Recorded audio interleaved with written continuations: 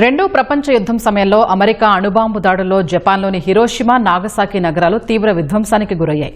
అణుబాంబులు పడిన వెంటనే భారీగా మంటలు చెలరేగి క్షణాల వ్యవధిలో భవనాలు నేలకూలాయి. ఎక్కడ చూసినా మృతదేహాలు దర్శనమిచ్చాయి. ఈ విధ్వంసం జరిగి 80 ఏళ్లు అవుతున్నా ఇప్పటికీ కొన్ని గుర్తులు హిరోషిమా నాగసాకిలో చెరిగిపోకుండా ఉన్నాయి. అమెరికా అణుదాడికి అవి చేదు జ్ఞాపకాలుగా ఉన్నాయి.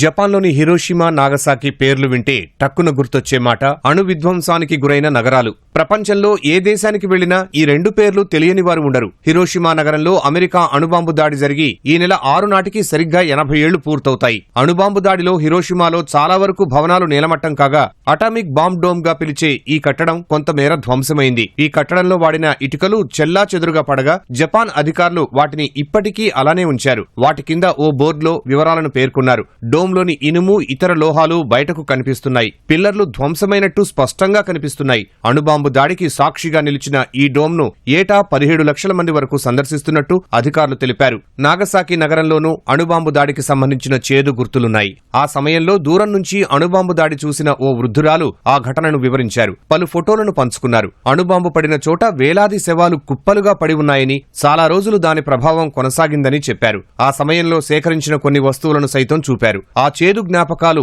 ఇంకా వెంటాడుతున్నాయని ఆవేదన వ్యక్తం చేశారు. రెండో ప్రపంచ యుద్ధం సమయంలో మాన్హాటన్ ప్రాజెక్టు పేరుతో అణ్వాయుధ సాంకేతికతను అమెరికా రహస్యంగా అభివృద్ధి చేసింది.